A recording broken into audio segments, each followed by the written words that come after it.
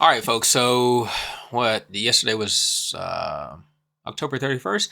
This is just a recording.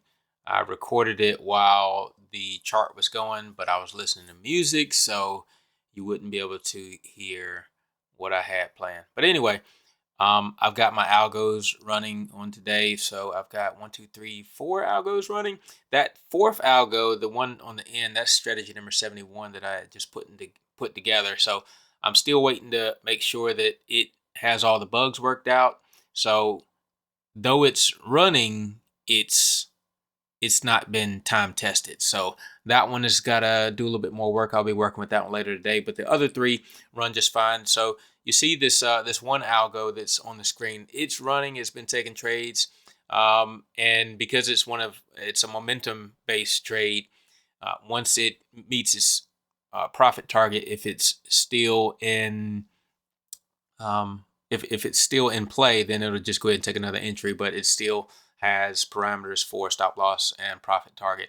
And then this one also has it's got kind of a fail safe to where even though it has a stop loss, if price moves back down, I think this one goes if price moves back down quickly the to the 9 moving average you see there, it'll stop it out. So even though it'll have a um, it'll have a profit target and a stop loss, it still will exit the position, close the position if price hits the 9 period moving average.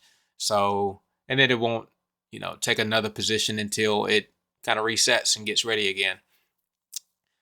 What else about this one? Do do do do.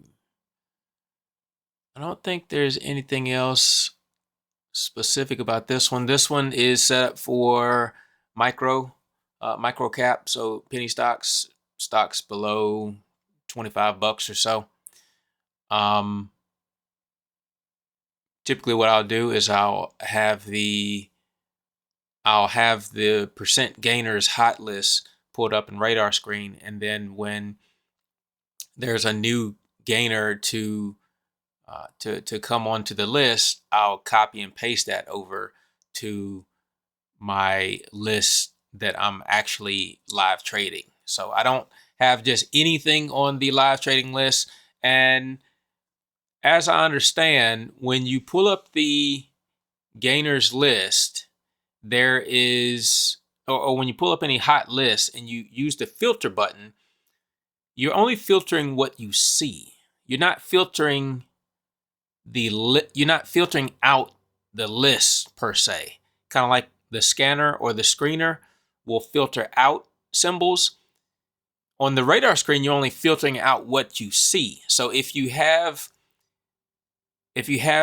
tickers or symbols on your radar screen and you don't want a script to be applied to it, don't assume that using the filter button because you don't see it, don't assume that the script is not applied to it, because it is. So one of the fail safes I have for that is, now you see there's the percent gainers there. One of the fail safes I have for that is the filters that I have for micro caps. So something took another position there. And we'll go and we'll see. Okay, so HKD took another position. This was definitely the one that moved for the day. I think that one might have got stopped out. I don't remember. Yeah, I don't think that one went all the way up. I think that one flushed down and stopped out real quick. Yeah. And I think that right there exited out because it hit the 9. So it didn't go all the way down to the stop. It went ahead and took it out because it hit the 9. And I think that one did flush down quite a bit. So I would have lost more if I had left that stop loss in the position without the 9 protection. But anyway, all right. So going back to what I was saying, what was I saying?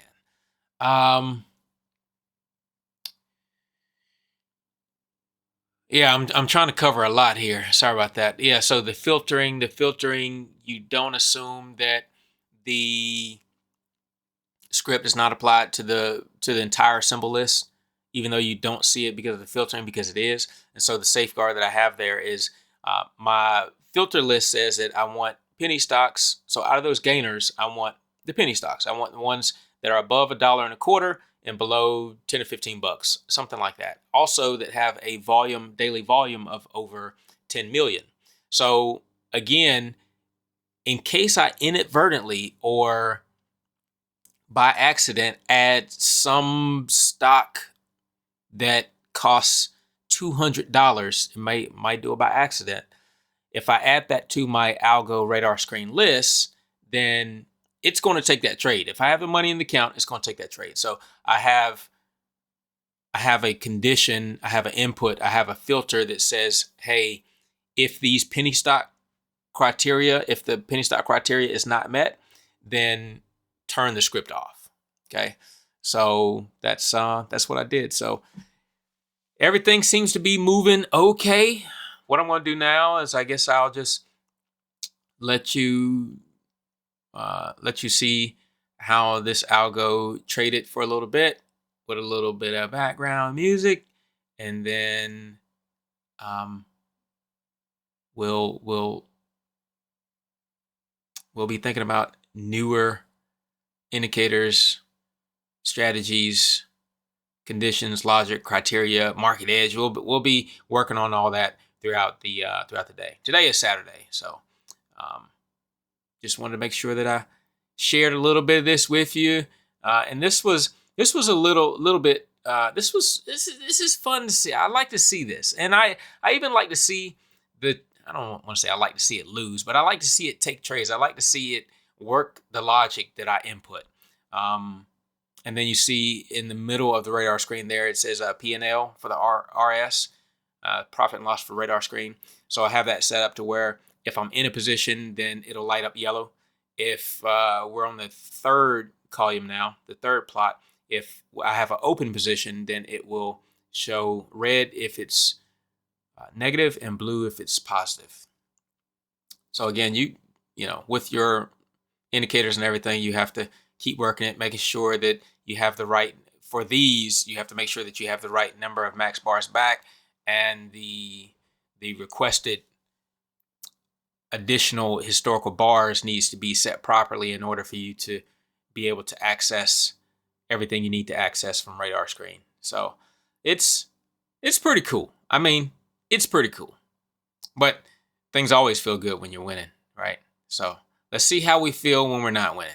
But I ended this day green. But like I said, since I was working on a few of the other filters, the filters for liquidity, so whether or not there's gaps in the chart, and whether or not there is a static chart, so where price just opens and closes at the same location for 4 or 5 bars. To me, that's very illiquid. So I filtered those out. With that being said, I made a couple corrections on that script today. And so while I was working on that, it ended up taking multiple entries, which there was one, maybe it was CBT or whatever that one is. It ended up taking multiple trades on that one, even though that's an illiquid stock. You see, it says that it's static, but as I was working on that function, it released it and it allowed it to take trades. And so it ended up making my green day it was red based on commissions at that point, because I'm trading penny stocks, right? So the idea is not to trade penny stocks forever. And I don't mind trading penny stocks, but you certainly want to be cautious of trading a $1 stock or $1.25 stock that only moves 1 cent, because your commissions are essentially 1/10 of a cent or something like that.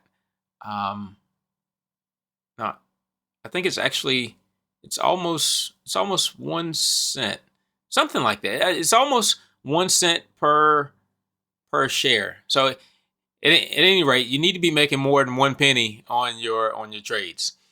But this part of this routine is about the process. It's about the repetition. It's the reps. Okay, so just because everything isn't 100% to the positive side don't think I'm not moving forward, because I am. So I hope everybody else is moving forward too, and hope this adds something to your repertoire. Now, one other thing I will say before I hop off is, as I was working on the function for the liquidity and the gaps for the chart, came to realize that my positions provider was not, it was loading, and it's interesting. It met the state of being loaded, but it wasn't fully loaded. And I've run into that once before, but now it's cemented in my head. Okay, so even though the state was loaded, it wasn't fully loaded. And when you are running multiple positions, when you're running a position provider on each stock, on each indicator, on each algo, if the position provider, and I'm sorry, not positions provider, it was a PriceSeriesProvider. So with the PriceSeriesProvider, I was using that to find out if there were gaps in the chart between the 15-second bars. Now, as soon as I started the chart up, it would say, boom, it's loaded. Let me run the calculations. The problem is that when you do a print to the print log, you'd see that there are three different, well, I have four indicators there, four algos, but at least three of the algos that are calling for the PriceSeriesProvider to check for the liquidity. When I did a print statement, they all showed a different amount of, they all showed a different count for the 15-second interval bars that were only supposed to show up or be filtered for the current day. So on the current day, we're looking at 15-second bars, and we want to see, is the interval between the 15-second bars greater than 15 seconds? If it is, there was a gap in time or the bars where there were no trades. That to me is illiquidity, and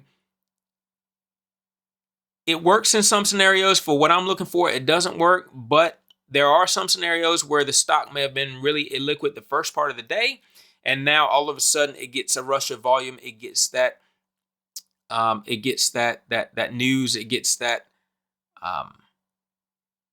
that catalyst that will just push it strongly the rest of the day. So on that stock, it would also say, hey, well, you had illiquidity the first of the day. We're not going to trade this stock at all. So that being said, I could tweak it so it doesn't, so maybe it only looks for illiquidity after a certain time, but that's just going to be something that I have to decide whether or not I want to do. For right now, I want to leave it how it is. Like I said, the problem is that all three of those algos were supposed to be looking at the same time period, the day of today. They were supposed to be looking at the same interval, 15-second gaps. And so the count, the count for the same symbol should have been the same. It just should have done it 3 times. Now, do you want to use a global dictionary or something like that? Fine. But it should have done it. You know what? And maybe I'll do that. But I know those dictionaries can be heavy. So, I don't know. I have to think about that. Maybe just do one global dictionary that looks it and reads through and says, hey, this stock is good or not good. And then when we open the algo on another chart, it checks the global dictionary and says, hey, is this a go or not? I think the problem there, well, maybe not the problem, but we need to probably make a whole new indicator that's just kind of a blank that will do these checks, send the information to the global dictionary. You know what? Maybe I'll do that. I kind of like that. But for the time being, it ran it 3 times, but it gave me 3 different counts of how many positions were in the provider. there should have been the same number of positions in the price series provider. There should have been the same number of count in the price series provider, just done 3 times. So like I said, that we know is a problem, and we had to, what I ended up doing was I ended up saying that, okay, well, let's use a timer and once we start the algo, we're going to give it at least 2 seconds before we start using the information from the price series provider. And 2 seconds was long enough for everything to load up, and then all 3 algos showed the same amount of time, which was the same count, which was, they were all equal. And so then I didn't have any issues with the price series provider count or the liquidity showing different results on different algos. So that's a tip. I know I didn't expect to go into that. That's probably another video we can do later, so I can really show you how that worked out. But other than that, well, shucks, we pretty much made it to the end of the video here. Just about. We've only got about a minute left. See, I can yap. Oh, here we go. Yeah. So by the time I was here in the video, I wanted to put a line at the top. I ended up making one of those lines blue. And when I made the line blue, and I'm using the share drawings on the chart. You see, I'm using the share drawings on the chart, so it sends it from one chart to the next. I said, hey, let's make that uppermost line blue so that we can really see it on the chart below, and it'll give us a good visual. But when I did that, it ended up crashing the system. So let's see what we have there. That was by accident there. All right, but now I have my horizontal line, and I want to make it blue. I made it blue.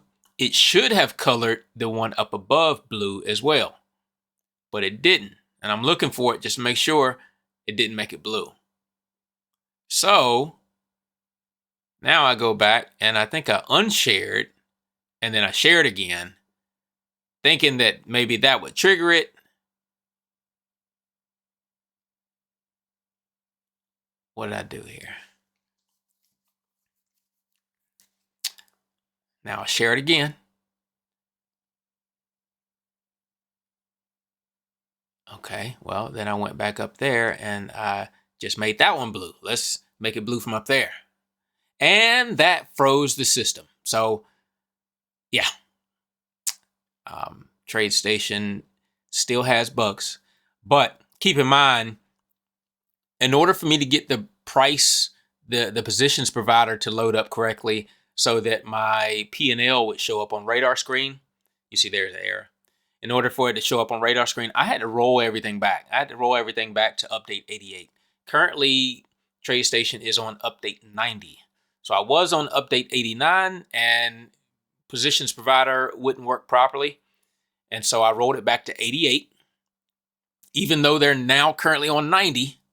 And yeah, so at least it works on 88, but the share drawing feature, I don't know. I just don't know. I had to end up restarting the computer. So there you have it. Folks, I hope your journey is as colorful as mine, because it's the colors that make the picture brilliant. It's the colors. All right, folks, I'm Eric. I'm out. Peace.